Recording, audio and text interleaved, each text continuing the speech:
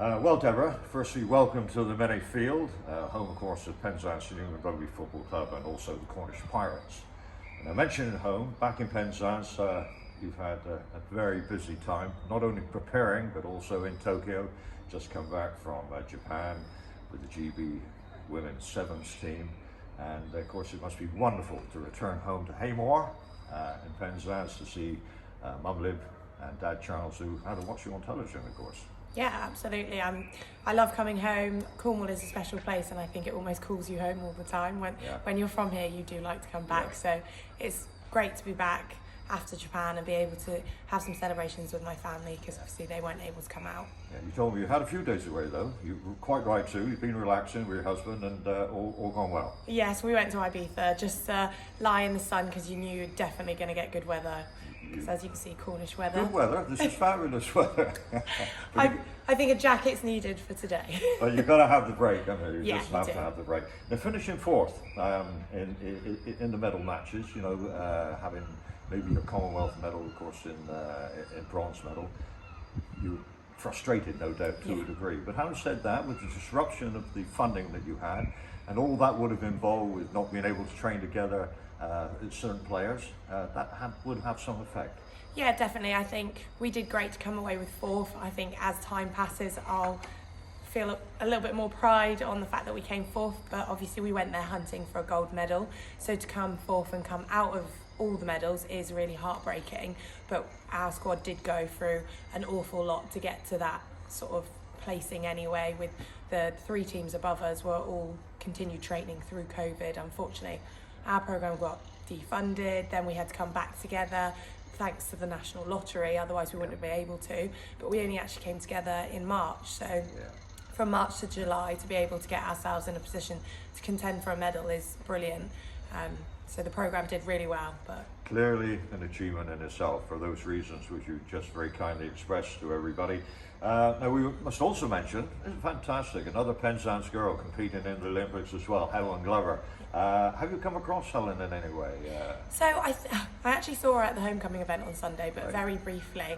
But it is really nice to sort of see her competing and be able to watch as well and just cheer her on. And I think she's obviously done so much for her sport, and to come from here and to inspire young girls and guys coming from Penzance and Newlyn, so it's amazing to be able to go out to an Olympics with someone from your community there as well. Yeah, and that's something you've also done as well, so you know, terrific, you know, an inspiration to others, and you can ask for more of that, can you? Now in the sevens game, I know you're very modest, but you've been a prolific point scorer, debut in 2016, Commonwealth bronze medal we've mentioned, played over 100 times for England and feature in a World Cup. You deserve to be incredibly proud. Yes, I think when you look back on stats, you're like, oh, okay, they're quite good stats. But I think that I still personally, I'm like, oh, I think there's more to come. But it's been an amazing journey so far, and coming in 2016, it's not that long ago. Well, I try and tell myself that, but I've been a part of some really special teams, and I've really enjoyed my experience so far. Yeah, well done. Now we want to hear a little bit more about yourself, you know, your life and your sporting journey. You grew up in Galway, attended the local primary school, then Mounts Bay Academy. We mentioned sporting stars, as did, of course, Jack Null and Luke Cowan-Dickey. But for you, it wasn't rugby back then. No, so when I was really young, so at Galway, I don't think I started playing sport until a little bit later on. Obviously started with tabble and stuff, but I think I remember when I was very young, a teacher asking me what I wanted to become when I was older, and everybody was like, a nurse, a doctor, a rocket man, or whatever. And I was like, I want to represent my country, and everyone was a bit like, what in? And then it's become sevens eventually, but I did a lot of athletics and netball. So I used to run for Cornwall AC, played netball for the South West, and just thoroughly enjoyed doing as many sports as I could. Right, you continued your education at Truro College, and then you went on to Bath University. You just mentioned you were very much a runner then, and mentioning that, can I recall times when you apparently practiced in Penzance at night, wait for it, in the beam of your dad's car lights, under lights, in the car park at B&Q. Yes, so that was before KFC arrived and ruined my training plans. But as you can see, like the fields, well, this field's beautiful right now, but in the depths of winter, it was really hard to run on the fields or get up to Camborne track all the time. So we just used to improvise, and there was a nice little so you could get some incline running. So all of my runs were always up the incline, never down it. And yeah, we used to go lamppost to lamppost, and that's how we marked out my distances. So I never know what I was running, but my dad used to make sure I worked really hard, and it was B&Q car park. Good old dad. Yeah. Hey, good old dad. Well done, Charles. As for eventually taking up rugby at the age of 21, how did that come about? So I actually completed a talent transfer programme with UK Sport called Power to Podium. So basically they do sports science tests on you and see what they think you're sort of predisposed for in a way. So it was a really tough day and loads of power tests, and within it there were different scouts for 5 different sports there, and there was a rugby 7 scout there, and so they came over to me and they were a bit like, oh, you're built for rugby, did you know it? And I was like, well, I'm very broad and I'm very athletic, but I've never actually played. And then as soon as I went away and played, I fell in love with it the first weekend. Right, brilliant. And a good spot by that scout. Yes. As for the 15 version of the game, you played for Bristol and then Saracens in 2015, and more recently Saracens as well. Now, I was speaking to you a little bit earlier, I was guessing that you were a centre or a back 3 player. You'd say a back 3 player. Yeah. Down to be with all that pace. Will it be Saracens again potentially this season?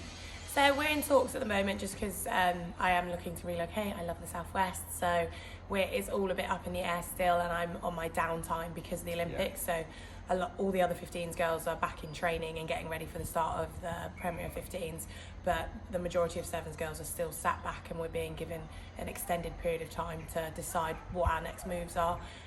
And considering how much training we've put in and just coming back from Tokyo, so we will see what this season holds. You've got to have that break.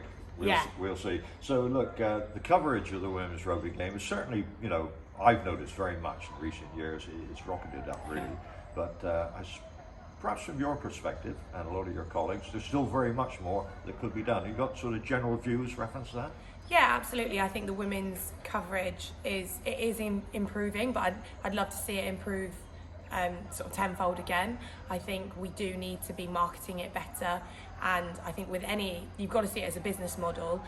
There's a gap in the market because we put so much money into the men's games, and look at what you get from it, and you can do that again, and all these clubs can get more money and stuff by marketing their women's just the same and creating the same level of noise and excitement about those games, because then you're getting people in your stadiums again for a women's game. So it makes sense, but also to inspire everybody to play and to stay active. And it's, very fortunate that within England our 7s and 15 squads are really good. We're in the best in the world, so why not get on board with that and support it? And I love Love Island and everything, but I don't think young girls and guys should be looking up to Love Island stars. I think they should be looking up to sports stars. So let's get them in front of them in the media, and let's really plug that. Real people. Yeah. Real. I hate to be rude, but you know where I'm coming from, okay? Now, you have a strong faith, and having declared at the age of 5 that you wanted to represent your country at something, you have certainly done that. But what are your plans for the future, rugby-wise and also life-wise, moving forward? Yeah, so it's a tough one, I think, going back to being a woman in sport. I'm married, you've got to consider sort of the next phase of family life and stuff, and I think there's quite a few people who've attended Tokyo from around the world, all sort of having these same thoughts about family and everything, but for us that's very difficult just because our maternity plans and all still aren't really to par for what they should be for elite athletes. So I'll hopefully be pushing for that to get better, but for now it's still playing rugby and then eventually having a family and settling down. Well, Deborah, it's been a pleasure to welcome you here, and we look forward, as you mentioned, to see you again. In the meantime, wish you all the very best in all that you do. Thank you very much. Okay.